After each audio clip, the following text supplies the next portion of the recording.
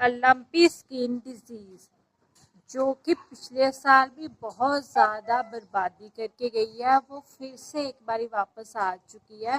पंजाब में कुछ कुछ जगह पर इसके केसेस देखने को मिले हैं। तो अगर आपके भी आसपास कहीं पर भी लंपी स्किन डिजीज़ के केस आए हैं तो प्लीज़ इस वीडियो के नीचे कमेंट ज़रूर करना, ताकि सभी किसान भाइयों को ये पता चल सके कि कौन से एरिया में कितनी लंपी स्किन डिजीज़ आई है। तो बात करेंगे इसकी वैक्सीनेशन के और ये फैलती कैसे है। देखिए, जो लंपी स्किन डिजीज़ होती है ना, ये एक वायरल डिजीज़ है। इसमें क्या होता है कि जो शरीर होता है ना, उसके ऊपर लम्प्स पड़ जाते हैं, जैसे कहते हैं ना सूज जाता है, थोड़े थोड़ी से लम्प्स जैसे फोड़े जैसे निकल आते हैं। तो ये लंपी स्किन डिजीज इसीलिए ही इसका नाम पड़ा है।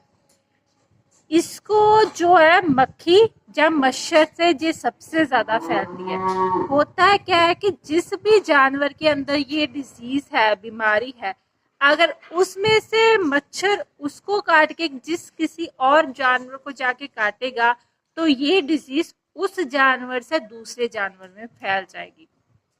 इसीलिए इसकी रोकथाम आप ऐसे तो कर नहीं सकते, क्योंकि जो फार्म होते हैं उनमें मक्खी मच्छर थोड़ा बहुत रहता ही है। अभी जैसे गर्मियों का मौसम स्टार्ट हो रहा है तो ये प्रॉब्लम्स तो रहती है, आप इसको खत्म नहीं कर सकते। तो इससे बचने का सबसे अच्छा उपाय है, सोल्यूशन है, वो है इसकी वैक्सीन। वैक्सीन तो पाकिस्तान है, उसमें लंपी पॉक्स की वैक्सीन आती है, MSD की है शायद, पर इंडिया में अवेलेबल नहीं है। जो स्पेसिफिक लंपी स्किन डिजीज की वैक्सीन आती है बाहर अवेलेबल है, इंडिया में नहीं है।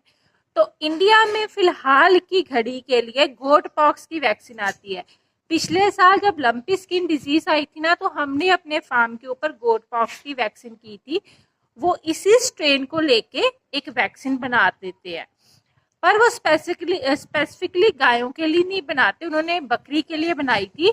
तो आप अगर इसको थोड़ी सी डोज ज्यादा दे देते हैं तो वो बाकी कैटल के लिए भी उतना ही काम करती है जितना वो गोट्स में करती है। तो जितनी इसकी जो डोज बकरियों में बताई जाती है, आपने उससे थोड़ी सी ज्यादा डोज देनी है अपनी गायों को और भैंसों को देने के लिए। भैंसों में ये प्रॉब्लम कम देखी जाती है, गायों में ये प्रॉब्लम ज्यादा आती है। जो कॉज होती है वो ज्यादा सेंसिटिव होती है, उनकी इम्यूनिटी पावर कम होती है भैंसों के मुकाबले। इसीलिए अगर आपका कॉ फार्म है तो आप ये वैक्सीन पक्का कीजिए। लास्ट टाइम हमारे फार्म के ऊपर एक भी केस नहीं था लंपी स्किन डिजीज का, हमने ये कोड पॉक्स वैक्सीन ही लगाई थी। एक सबको शक होता है, डर रहता है कि इससे अबॉर्शंस होते हैं, इससे अबॉर्शन नहीं होते, ये बिल्कुल सेफ टू यूज है। जिन्होंने अभी तक FMD की वैक्सीन नहीं की वो पहले FMD की वैक्सीन कर सकते हैं, या पहले लंपी स्किन की डिजीज की वैक्सीन कर सकते हैं। दोनों में कम से कम आपने 20 से 25 दिन का अंतर लेके चलना है। मतलब कि आपने पहले जो भी आपने मान लो FMD की वैक्सीन पहले की है, फिर आपने 25 दिन बाद लंपी स्किन डिजीज की वैक्सीन आप कर सकते हैं, कोई भी प्रॉब्लम नहीं आती।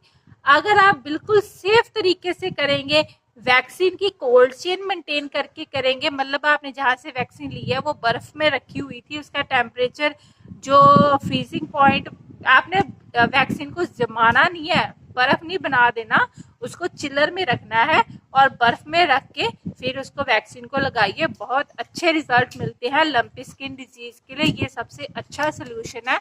तो जिन्होंने अभी तक वैक्सीन नहीं की वो प्लीज वैक्सीन जरूर कर लो, क्योंकि ये बीमारी बहुत ज्यादा नुकसान करती है। लास्ट टाइम भी बहुत ज्यादा नुकसान हुआ था और इसका कोई फिलहाल इलाज नहीं है। आपको कोई भी ट्रीटमेंट ऑप्शन नहीं मिलेगा सिवाय वैक्सीन के। तो हमने भी अपने फार्म पे अभी गोट पॉक्स की वैक्सीन करनी है। ये 2 कंपनीज मेनली आती है, हम जो करते हैं वो करते हैं इंडियन इम्यूनोलॉजिकल वालों की जो गोट पॉक्स की वैक्सीन आती है, एक हेस्टर कंपनी की भी आती है। आपने जिस भी कंपनी की गोट पॉक्स की वैक्सीन लेनी है ना, आप उसकी डोज उस जो उसका बंदा होगा MR होगा, आप उससे पूछ लीजिए और उसी डोज में लगाइए, और नई नीडल और नई सिरिंज के साथ हर एक जानवर को लगाइए, सेम सिरिंज यूज नहीं करनी। तो फिर मिलते हैं नेक्स्ट वीडियो में, शेयर जरूर कर देना ताकि सबका बचाव हो सके।